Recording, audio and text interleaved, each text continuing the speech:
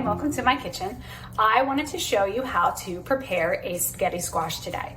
Spaghetti squash is great because you can add it to a lot of dishes, or you can substitute it for things such as pasta in some of your favorite recipes like spaghetti.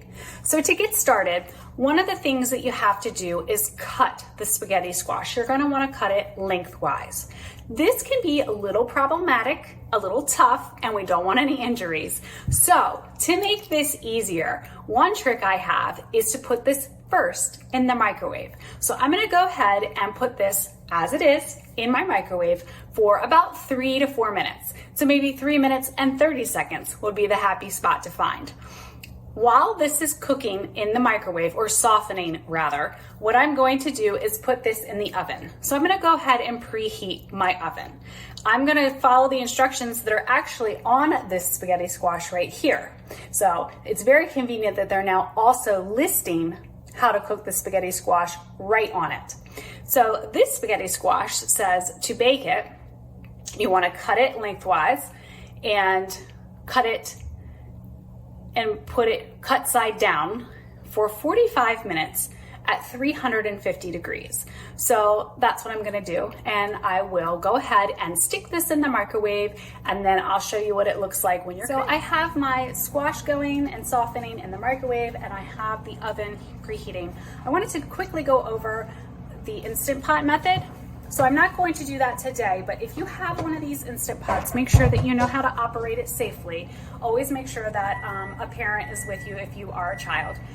The Instant Pot is great if you're looking to cook something quickly. It is a pressure cooker, so it does things quickly, but again, there is some safety to have with that as well. So again, you want to be able to slice the spaghetti squash lengthwise. Once you have that, you want to scrape out the seeds, and you're going to put it in the Instant Pot. The Instant Pot will have a trivet, so you're going to want to put that in the bottom along with 1 cup of water. You're then going to want to put the lid on and make sure it's on sealing, and then go ahead and cook it on high pressure for 7 minutes. So it's going to take about 10 minutes of total cook time because it takes a few minutes for the Instant Pot to come to pressure. Once it is finished cooking, you're going to want to quick release it, which is changing this from sealing to venting. Once you do that, you have to be careful because it's going to let off a lot of steam. You're going to wait for it to fully release the pressure.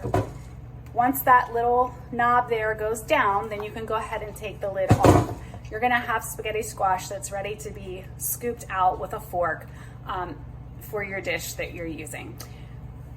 I am not gonna do that again today because that is for people who do have an Instant Pot, which I know not everyone does. And they can be a little intimidating, and you want to make sure that you have someone around to help you.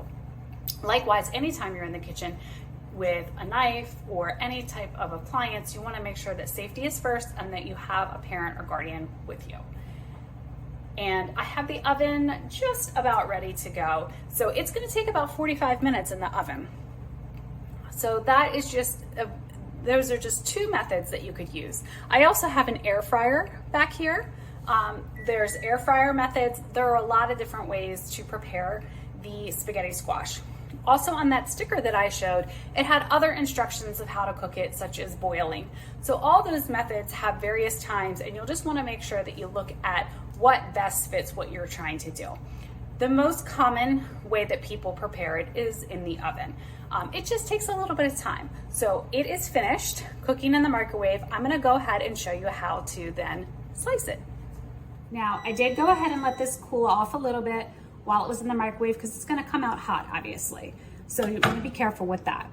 I'm gonna go ahead and take my knife, again, safety first, make sure that you're always cutting away from yourself and your fingers, and I'm gonna cut it lengthwise, like the instructions tell me. So I'm just gonna go ahead and start cutting. And if you find that it's not cutting easily, you can always stick it back in the microwave for a minute or so, just until you get it soft enough to be able to cut.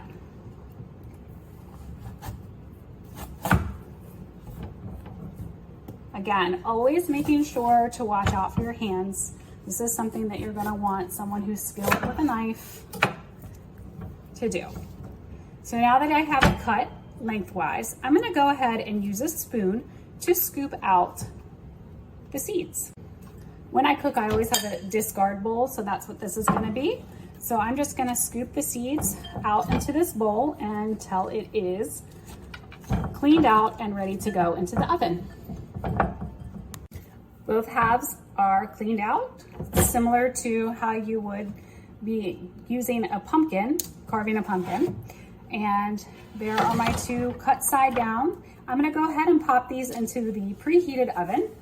And remember, if you were using the Instant Pot, that at this point in time, you would stick them in the Instant Pot with 1 cup of water on the on top of the trivet.